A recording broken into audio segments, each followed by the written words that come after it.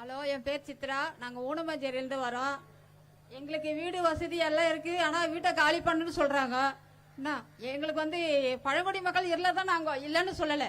ஆனால் எங்கள் வீட்டை காலி பண்ண சொல்றாங்க. நீர் இது புறம்போக்கு இது சொல்றாங்க. நீர் பிடிப்புன்னு சொல்றாங்க. எதுக்கு பட்டா கொடுத்தாங்க? எது கரண்ட் கொடுத்தாங்க? எதுக்கு எல்லாம் வசதி பண்ணி கொடுத்தாங்க? இப்ப காலி பண்ணா நாங்க எங்க போறது? சொல்லுங்க, நீங்களே சொல்லுங்க. நாங்க இல்லாத போட்டவங்க தான். இந்த குடி வந்து கெடுத்து எங்க குடும்பம் எல்லாம் பாதிக்கப்படுது. எங்க வீட்டுக்காரர் இறந்துட்டாரு. 5 மாசம் தான் ஆகுது குடிச்சு. இந்த கஞ்சாலாம் ஒழிக்கணும், இந்த சாராயெல்லாம் ஒழிக்கணும். ஐயா என்று நான் தாய்மடியா கேட்டுக்கிறேன். ஐயா, எல்லாத்தையும் நீங்க ஒழிக்கணும். புரியுதுல சார்? நாங்க ஊனமஞ்சேரில இருந்து வரோம். இந்த சாராயம், இந்த கஞ்சா, இந்த பீடி எல்லாத்தையும் ஒழிக்கணும். எங்களால தைரியமா வளர்த்த முடியல, போக முடியல. பசங்க ஸ்கூலுக்கு போறதுக்கு கூட பயப்படுத்துங்க. ஏமா இருந்தாலும் பசங்க வந்து எதனா பண்ணிடுமா?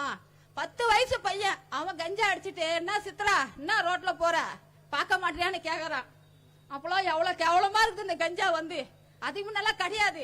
இப்பதான் கஞ்சாவா அதுவா சாராயமா குடிச்சிட்டு வீட்டுல ரோட்ல லுங்கியா வந்து போய் பொம்பளைங்க நடந்து வர முடியல.